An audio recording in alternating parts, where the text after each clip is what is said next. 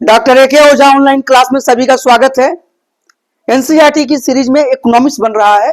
Economics और history दोनों साथ चल रहे हैं और सभी का लिंक एक प्लेलिस्ट के रूप में डिस्क्रिप्शन बॉक्स में आपको मिल जाएगा। आज देखिए मेरे हाथ में एनसीईआरटी की बुक है, ये क्लास 10th की बुक है और देखिए मैं यहाँ लिखा हूँ NCERT economics class 10th chapter 3 का देखिए, और इसका पार्ट 1 है। चैप्टर 3 का पार्ट 1 है। अगर आपके पास बुक हो तो उसका पेज नंबर 39 आप ओपन कर लीजिए। बहुत इंपॉर्टेंट टॉपिक है और टॉपिक क्या है? मुद्रा और साख, मनी एंड क्रेडिट। तो आप इस शब्द से ही मनी एंड क्रेडिट पर हम बनाने जा रहे हैं, मुद्रा और साख पर। और देखिए मैं इस बुक को खोल रहा हूं, एनसीईआरटी की ये क्लास 10th की इकोनॉमिक्स की बुक है और इसका नाम ही है आर्थिक विकास की समझ, अंडरस्टैंडिंग इकोनॉमिक डेवलपमेंट। तो इसमें आपको अपनी समझ को दुरुस्त करना है और अपने कंसेप्ट को बहुत ही क्लियर बनाना है और यही हम प्रयास कर रहे हैं। और इसके लिए ये जो बुक है वो पर्याप्त है। कंसेप्ट को समझने के लिए जरूरत है कि इसके एक एक लाइन से, एक एक वर्ड से रूबरू हुआ जाए और उसको हूबहू पढ़कर समझने का प्रयास किया जाए, और वही प्रयास मैं यहाँ पर कर रहा हूं। तो अगर आपके पास बुक न भी हो तो आप मेरी बात को ध्यान से सुनिए, मैं एक एक शब्द को पढ़ूंगा और समझाऊंगा। तो देखिए सबसे पहला बात है कि मनी एंड क्रेडिट में, मुद्रा और साख में जो पहला इसका टॉपिक दिया गया है, मुद्रा विनिमय का एक माध्यम है।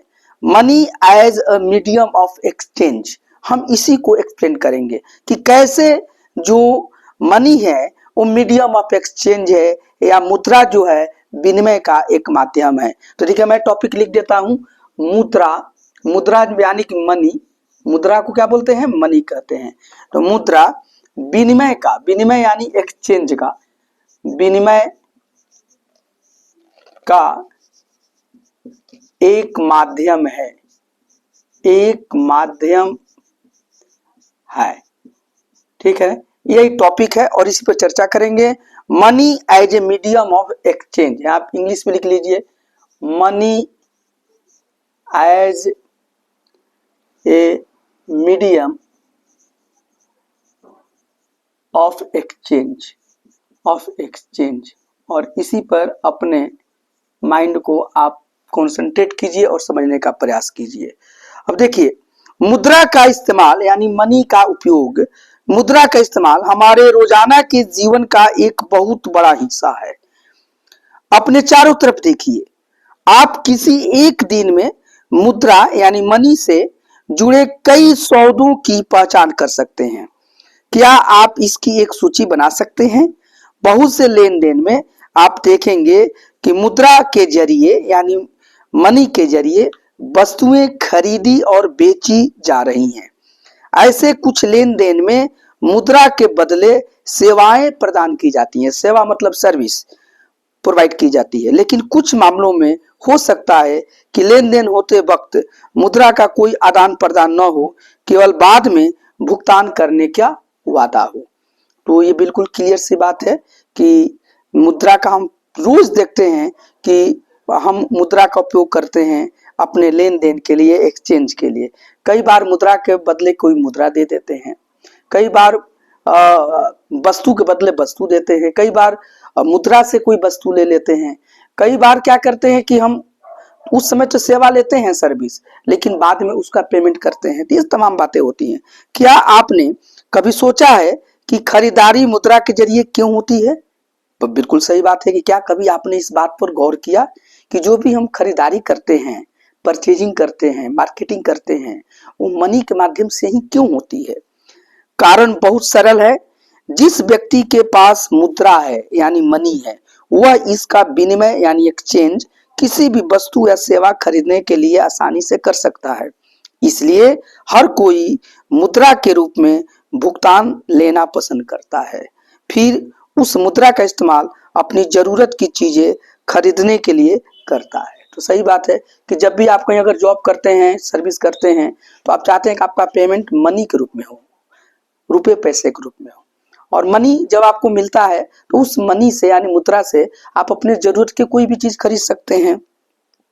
एक जूता निर्माता का उदाहरण देखते हैं। वह बाजार में जूता बेचकर गेहूं खरीदना चाहता है।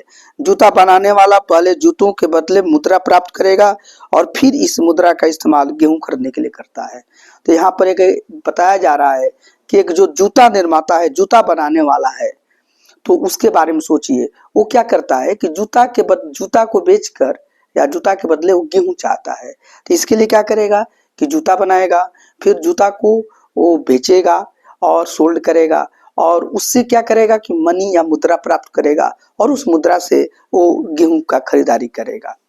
जरा सोचिए, जूता निर्माता यदि बिना मुद्रा का इस्तेमाल किए जूते का सीधे गेहूं से विनिमय करता है तो उसे कितनी कठिनाई होती। लेकिन जरा इस विकल्प पर भी सोचिए कि जूता निर्माता जूता के बदले पैसा न उसको मिलता, और सिर्फ जूता के बदले वो चाहता कि हमको डायरेक्ट गेहूं ही मिल जाए, तो इस बात में उसको बहुत ही कठिनाई होती। उसे गेहूं उगाने वाले ऐसे किसान को खोजना पड़ता जो न केवल गेहूं बेचना चाहता हो बल्कि साथ में जूता खरीदना चाहता हो। अब कितनी समस्या है, कब वो जूता के बदले वो गेहूं चाहता है, तब तो उसको और वो वस्तु के बदले वस्तु ही देना चाहता है या वहाँ संभावना है, तब उसको तो मजबूरी में ऐसे किसान को खोजना पड़ेगा जो गेहूं उगा रहा हो और उसकी जरूरत है जूता खरीदने की। ठीक है, अर्थात दोनों पक्ष एक दूसरे की चीज खरीदने और बेचने पर सहमत रखते हों। तो इसमें ही हुआ कि यानी कि दोनों पक्ष, जूता बनाने वाला भी गेहूं खरीदना चाहता है और गेहूं उपजाने वाला भी गेहूं के बदले जूता लेना चाहता है, तो दोनों सहमत हो। इसे आवश्यकताओं का दोहरा संयोग कहते हैं। इसे ही हम आवश्यकताओं का दोहरा संयोग कहते हैं, डबल कोइंसिडेंस ऑफ वांट्स। ये बहुत इंपॉर्टेंट बात है। देखिए, आवश्यकताओं का दोहरा संयोग, आवश्यकताओं का ये पूछा जाता है कि इसका मतलब क्या हुआ। तो दोनों की जरूरत एक दूसरे की चीज की है। आवश्यकताओं का दोहरा संयोग, यानी इंग्लिश में ये शब्द बहुत इंपॉर्टेंट है कि कोइंसिडेंस ऑफ, ऐसे लिखिए, डबल कोइंसिडेंस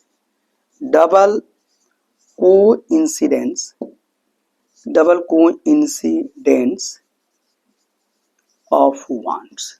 ठीक है, यानी कि जूता बनाने वाला, गेहूं की जरूरत जूता बनाने वाले को है और गेहूं उपजाने वाले को, आपको जूते की जरूरत है।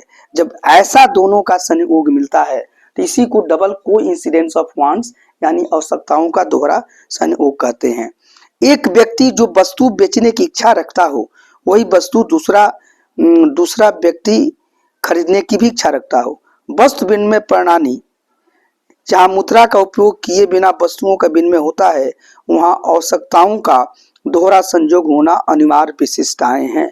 इसीलिए ये जो वस्तु विनिमय प्रणाली है, देखिए, वस्तु विनिमय प्रणाली एक्सचेंज सिस्टम कहा जाता है या बार्टर सिस्टम भी कहते हैं इसको।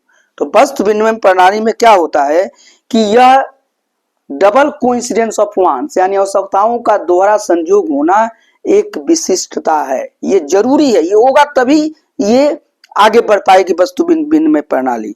इसकी तुलना में ऐसी अर्थव्यवस्था जहां मुद्रा का प्रयोग होता है, मुद्रा महत्वपूर्ण मध्यवर्ती भूमिका प्रदान करके और आवश्यकताओं के दोहरे संयोग की जरूरत को खत्म कर देती है।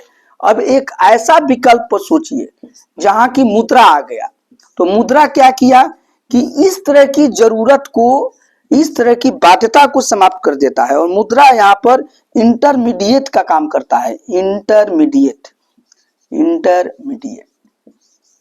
मध्यस्थता का काम कर देता है। मुद्रा यानी मनी जो है, यहाँ पर देखिए कि इंटरमीडिएट यानी कि मध्यवर्ती का काम करता है। मध्यवर्ती, बिल्कुल बात समझ में आ रहा है ना कि जो ये वस्तु विनिमय प्रणाली में वस्तु बदले वस्तु देते हैं। अब तो इसमें समस्या हो गई कि भाई जब दोनों की जरूरत होगी तब तो ये काम हो पाएगा। अब एक ऐसा विकल्प खोजा जाए जहां की वस्तु के बदले वस्तु ना देना पड़े। वहां पर मुद्रा आ गया, मनी आ गया, और मनी यहाँ पर क्या किया, मध्यवर्ती का काम किया, इंटरमीडिएट का काम किया, इंटरमीडिएट का काम किया, और यहाँ पर उसके माध्यम से हम अपना कोई भी चीज लेते हैं। यानी कि जूता वाला भी जूता बेच के उसको मुद्रा मिल गया, और गेहूं वाले को भी गेहूं बेच के मुद्रा मिल गया। मुद्रा यहाँ पर मध्यवर्ती का काम किया, ये बात है। और जब मुद्रा आ गया तो इस तरह का डबल कोइंसिडेंस यानी दो आवश्यकताओं का दोहरा संयोग की जो जरूरत है अब समाप्त हो गई। अब हम फ्रीली दोनों काम कर सकते हैं। आपको लगता है कि समझ में आ रहा होगा। फिर जूता निर्माता के लिए जरूरी नहीं रह जाता कि वह ऐसे किसान को ढूंढे जो न केवल उसके जूते खरीदे बल्कि साथ साथ गेहूं भी बेचे। उसे केवल अपने जूते के लिए खरीदार ढूंढना है। एक बार उसने जूते मुद्रा में बदल दिए तो वह बाजार में गेहूं या कोई अन्य वस्तु खरीद सकता है। क्योंकि वस्तु विनिमय प्रणाली में मध्यस्थता का काम करती है, इसलिए विनिमय का माध्यम कहा जाता है। तो अब देखिए कि यहाँ पर मुद्रा जो है वो इस काम में किसका काम करती है, वो विनिमय के काम करती है। इसीलिए इसको हम मुद्रा को यहाँ पर हम आराम से बोलते हैं कि यह विनिमय का माध्यम है, यानी कि मीडियम ऑफ एक्सचेंज है। तो मुद्रा क्या हो गया, मीडियम ऑफ एक्सचेंज हो गया, मीडियम ऑफ एक्सचेंज यानी कि विनिमय का माध्यम, विनिमय का माध्यम, विनिमय विनिमय एक्सचेंज को बोलते हैं विनिमय का माध्यम। ठीक है, तो बस यही आपको हम समझाने का प्रयास कर रहे थे मुद्रा का, कि भैया पहले क्या होता था, जब मुद्रा का आविष्कार नहीं हुआ था तो वस्तु विनिमय प्रणाली चलता था। यानी कोई वस्तु लिया जाता था, उसके पास वस्तु दिया जाता था। चावल हमारे पास है, किसी के पास गेहूं है तो हमने उसको गेहूं उसका ले लिया और चावल दे दिया, और वो हमको अपना गेहूं दे के चावल दे दिया। ऐसे हमारा काम होता था। यही वस्तु विनिमय प्रणाली है। वस्तु का अदला बदली होता था। लेकिन अब इसमें जरूरत है, मान लीजिए उसके पास गेहूं तो है लेकिन उसको चावल नहीं चाहिए, और चावल वाले के पास चावल तो है लेकिन उसे गेहूं नहीं चाहिए, तो फिर वहां पर मामला फंस जाता है। अब यहाँ पर जो मनी आया यानी जो मुद्रा आया वह यहाँ पर विनिमय का माध्यम बन गया, ये मीडियम ऑफ एक्सचेंज बन गया यहाँ पर। और अब क्या हुआ कि भाई चावल वाले को कोई चावल गया बाजार में, चावल को बेचा, सोल्ड किया, और उसके बदले में उसको मुद्रा मिल गया, रुपया मिल गया, पैसा मिल गया, मनी मिल गया। नहीं, और गेहूं वाला भी अपना गेहूं बेच दिया और उसको भी मनी मिल गया। ठीक है, अब अपने मनी से दोनों स्वतंत्र हैं, उसको जो चाहे वो चीज आकर खरीद ले। ठीक है, अपने जरूरत की चीज खरीद ले। तो यहाँ पर मुद्रा जो है बहुत बड़ा काम करता है, मनी का यही उपयोग है। और मनी यहाँ पर मीडियम ऑफ एक्सचेंज यानी विनिमय का माध्यम बन जाता है।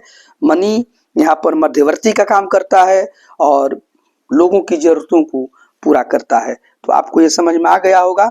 अब इसके आगे हम मुद्रा के आधुनिक रूप को नेक्स्ट पार्ट में हम इसको समझाएंगे। अभी तक आप डॉक्टर AK ओझा यूट्यूब चैनल को सब्सक्राइब नहीं किए हैं तो कर लीजिए, ये बहुत आपके लिए लाभमंद है, आपके लिए बहुत उपयोगी है। और अपने दोस्त को भी इसे शेयर कीजिए ताकि वो भी इससे लाभान्वित हो, बेनिफिटेड हो। और आप कमेंट जरूर कीजिए, मैं हर कमेंट को पढ़ता हूँ और फिर उसका जवाब भी आपको जरूरत होने पर देता हूँ। साथ ही साथ आप इसे लाइक भी कीजिए क्योंकि आपको मुझे विश्वास है कि पसंद आता होगा। और इसी के साथ साथ आप रेगुलर चैनल को देखिए। आपका दिन शुभ हो। Thank you.